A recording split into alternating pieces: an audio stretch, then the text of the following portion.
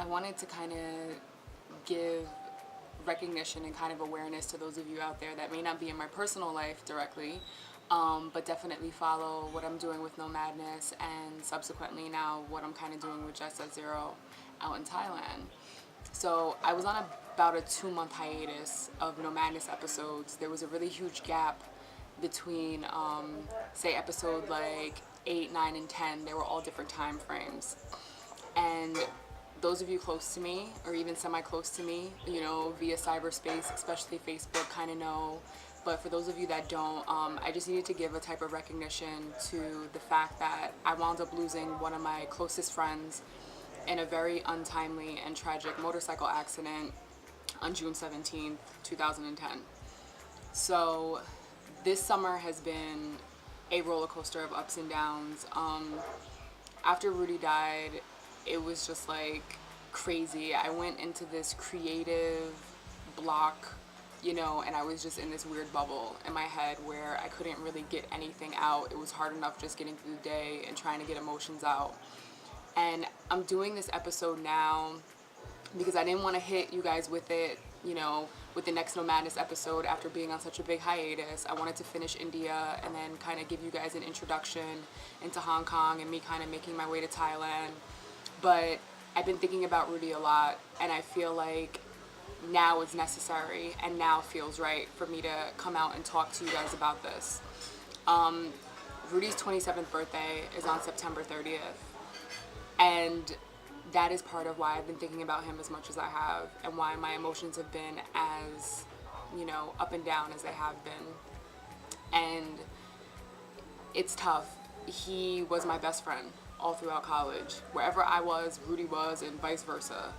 And he was even my boyfriend for a short period of time towards the end of our college career and into my first traveling trip, actually in Paris, France. We were together during that time. He was just one of my supporters. You know, this man would give anything, you know, sometimes to a fault, when it came to, you know, me and my dreams and whatever. You know, I remember one time when we were dating, he told me that I could just run around the world. He wouldn't care. He'd be like that, you know, the homemaker at home, taking care of the kids, making all the money, doing everything so that I can go out and pursue my dreams. He just really, really wanted to, like, you know, stay together. And it's just, you just think about things like that. And so many times on this trip, I feel as though he's with me. And I also wish he was, so that he could see some of this stuff, you know. And, you know, my heart aches. It's been about 3 months since, you know, his funeral, his wake, his passing, and it's tough.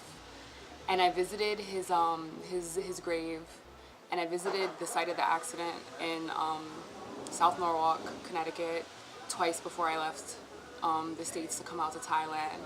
And it was kind of just like my, you know, my hello and my thank you, you know, for him protecting me. And I feel like I have a phenomenal guardian angel.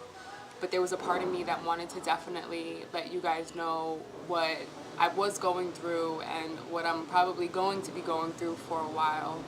And to let, you know, him, his friends, his family, mutual friends and family know that, you know, his name and his legacy will live on through all of us. And we love and we miss him dearly. Rudy, DJ Genius, spin in peace, my love. Thanks, guys.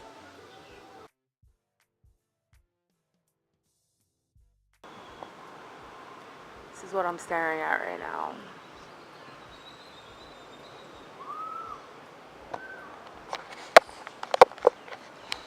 I'm definitely having a moment. And I started crying when I was giving my offering to the Buddha. And it's kind of been coming out of me since then. There's many times when you travel where you just have these moments of I don't know if it's enlightening. I don't know if it's awakening. I definitely don't think I've reached a nirvana yet in my life. But there's a time where it puts a lot of stuff in perspective, and you remember why you do a lot of the things you do, and you just remember how grateful you are for being able to see and experience the things that you experience. And this is definitely one of those moments. And I'm starting to think about Rudy and just how, like, I wish on a bigger level that he was able to see some of the things that I'm seeing before he passed. And then there's another part of me that feels like he's a part of all this. You know, like, he's now become part of this universe that helps create and sustain a lot of these things.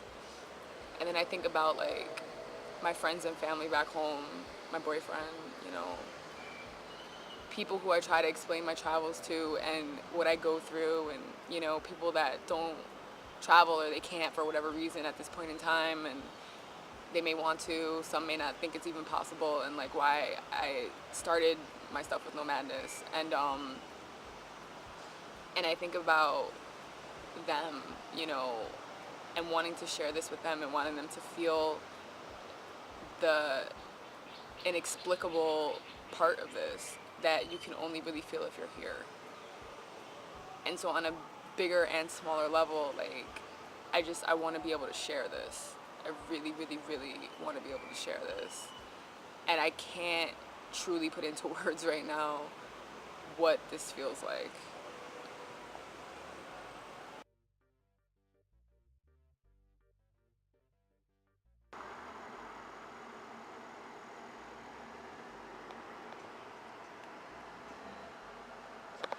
Our love transcends even time, forever on my mind.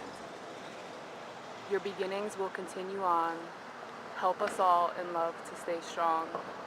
At times lost for words, yet full of tears. Thank you for all the beautiful years. I love you, Rudy. Avita, Vivi, Verbal, your light skin.